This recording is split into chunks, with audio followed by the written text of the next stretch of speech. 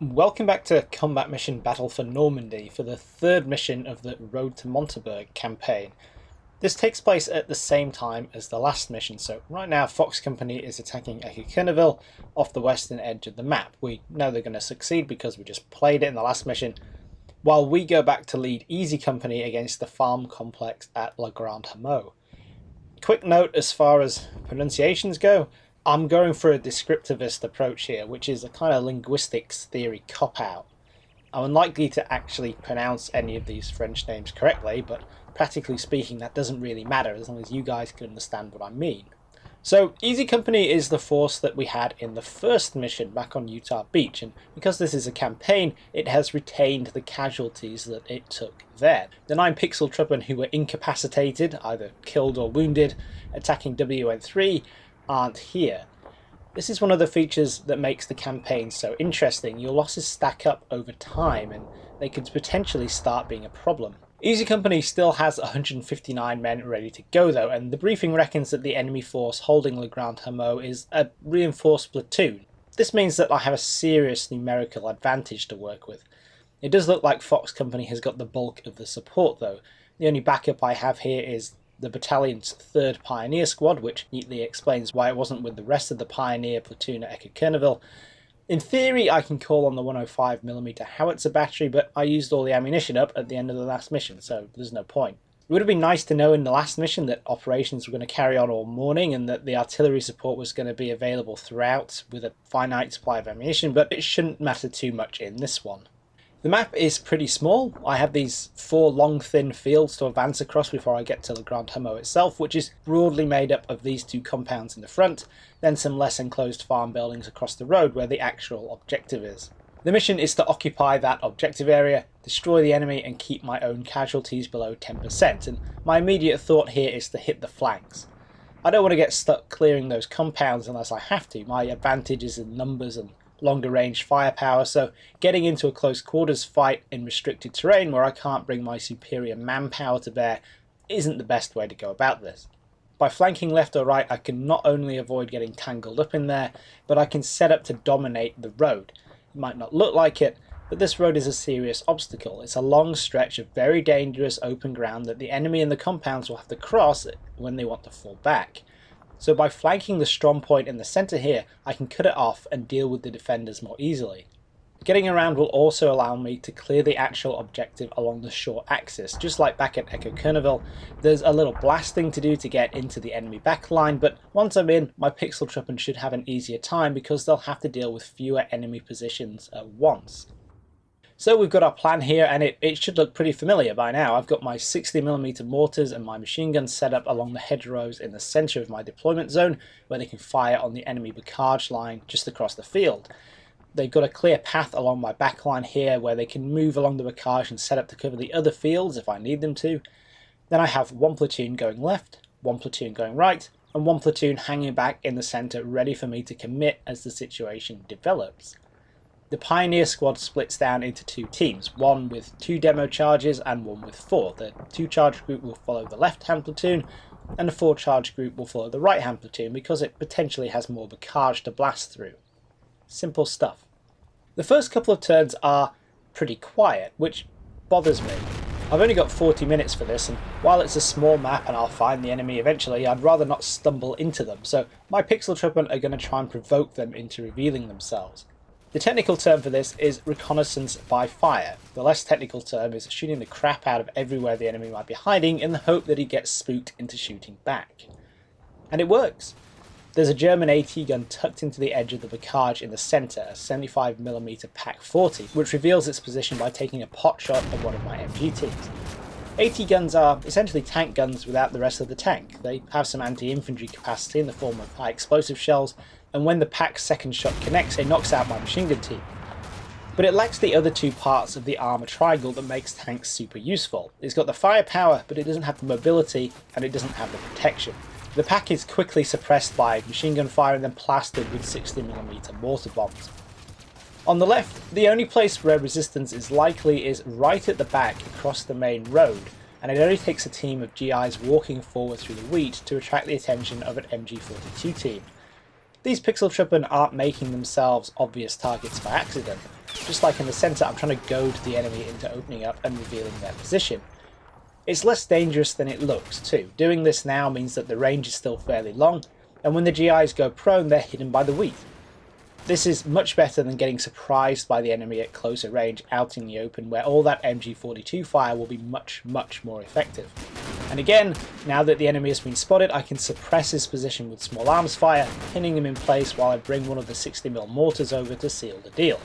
It doesn't take long for the mortar to range in and start dropping bombs onto where the enemy was last seen. With the MG42 taken care of or driven off, the push down the left flank can carry on without any problems.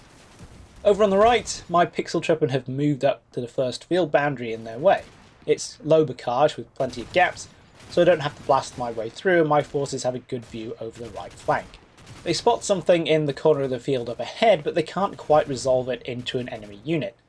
That doesn't bother me very much. Unlike the AI, I don't need a concrete target to start area firing something suspicious, and after the entire platoon opens up on it, the contact decides it would rather be somewhere else, and they're identified as another MG42 team as they try from the back. It seems a little strange that these Germans have crumbled so quickly, but watching them fall back over the next few turns, I can see an enemy pixel truppen carrying the MG42 and a rifle. That means that the team's gunner is down. He must have caught around from all that prophylactic fire, and one of the other rifle-armed team members has scooped up the machine gun as they started to run away. That MG team seems to be having a bit of a panic, so I don't need to worry about them too much right now. In short order, I've gotten some scouts up to the pond in the corner of that field, and while they haven't had any problems, concertinaing the other two teams of their squads up draws some fire from the hedgerow just on the other side of this small copse. Luckily, the Germans haven't hit anything, and oh look, I have something else to shoot at. This is how I want to fight this battle. Out in the comparative open like this, I'm able to fight with entire platoons at once. What I'm doing is making contact with the enemy with as small a force as possible, and then bringing overwhelming firepower to bear. This is monstrously unfair because the enemy has a smaller force spread out over a wide area, and I'm able to crush small chunks of it without risking too much in return. Inside the compounds, the sight lines are much more restricted. There are lots of places for the enemy to stay out of sight of my fire support by hiding around corners or behind buildings, so I'm only able to fight with the individual teams or squads that I'm making contact, who are going to be having a much harder time winning the firefight on their own, especially if the enemy have gotten a drop on them and caused casualties or suppressed them in the first few seconds. That's a much fairer fight, which is why I'm not doing it. The torrent of small arms fire quickly suppresses the enemy behind the hedgerow in front of my scout team, and after they're reinforced by their squad leader, they move up to the bocage line under covering fire of the platoon. On the other side, they find the fire team's worth of cowering Germans who either get filled in or, very sensibly, start trying to surrender. Leaving the scouting squad on the right, keeping an eye on the surrendering enemies, it's time to hop back onto the left, where my troops have been steadily pushing up. Peeking through the bocage here, the GI spot the Panzerschreck team, which they've dispatched in short order, only to be spotted themselves when another team moves up to reinforce them. I can get away with a quick look, or dealing with a small enemy team here, but it's difficult for these guys to get any support from my backline, so I pull them back. They don't really need to be there. They've had a look and they've snuffed out a couple of enemy pixel truppen. That's fine. It's not like I need to get them into a firefight here. But as it turns out, over the next turn or so, the offending enemy unit here is firing from the upper floor of the farmhouse across the road. It's another tripod-mounted MG42. And because it's on the upper floor, one of my machine guns at the back can actually draw a line of sight, and it proceeds to shoot the snot out of the building, giving the infantry at the front the breathing space they need to reoccupy the hedgerow and win the firefight. At the same time, the rest of the left-hand platoon is edging forward along the side of the field, keeping a wary eye on the old MG position across the road and checking out the top floors of the closest farm compound. It doesn't take long until I'm in position to think about bringing the pioneers up and blasting into the enemy backline. Before I do that though, I need to cross the road, which, like I pointed out earlier, is a wonderful killing ground devoid of cover. I could smoke it up, but the only smoke I have to hand is the smoke grenades carried by the infantry, and they're not really going to cut it. Smoke is only a temporary solution anyway. What I need to do is make sure there are no enemies in this house here, which enfilades the road, so I need to flip back to my force on the right flank. Another squad has moved up in the meantime, and these, along with one of the 60mm mortars, are shooting up the house that covers the road. I need to check out the right-hand compound to secure that angle before they move in though, and my scouting squad edges up to take a look. They attract a little bit of fire from some enemy pixel tripping in the barn and manage to put them down without any problems until they shuffle past this opening in the bocage. There's an MG42 gunner on the other side who shoots up the gap, knocking down one of the GIs and panicking the rest of the team who's run. This is a bit of a pain because it's going to slow me down. The last thing I want is that MG42 tearing into my flank as I move up, so I need to get rid of it. It's on the other side of all this bocage though, so I can't draw a line of sight to RT or mortar it, and my machine guns at the back can't hit it because it's too deep, so my only recourse is to get some infantry up there to deal with it. I had already seen a need to eyeball that compound with some more bodies, and one of the squads from my reserve platoon is already closing in. After a few turns they're in position, and after a quick firefight the MG42 is out of action. With that flank secure, I can think about blasting my way into the far right field and moving up there, but in the meantime I've got a couple of squads and an MG shooting up the house covering the road. That's enough for me to consider moving on the left, so the pioneers go in. On their own, I fluffed the orders here and I should have moved up another team to support the pioneers as they blast the gap. They immediately spot the MG42 team that has fallen back a bit from where we saw it earlier on this corner. Luckily, the Germans are out in the open. The pioneers nail two of them before getting suppressed by the 42. On the next turn I'm able to reinforce them and then punch through into the field with infantry. While all this is going on, I'm probing forward on the right and uncovering more enemy position. My scouts get lit up by yet another 42 as they approach the road and get pinned down by all the fire.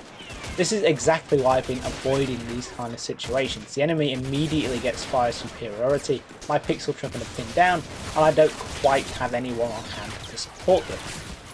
Luckily, the Germans somehow managed to miss them both, and after the pioneers have blown them away in, I'm able to move up some infantry along this hedge line on the far right and get stuck into winning the firefight.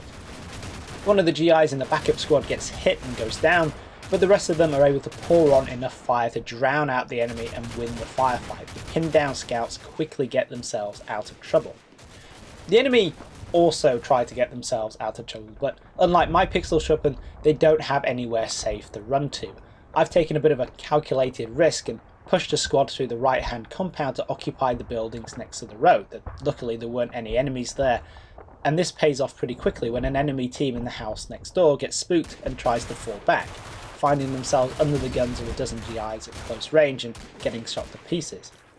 The enemy units across the road also try to flee, diving out of the back door and running across the gardens, but they find my troops from the left flank blocking their escape route and they get cut down.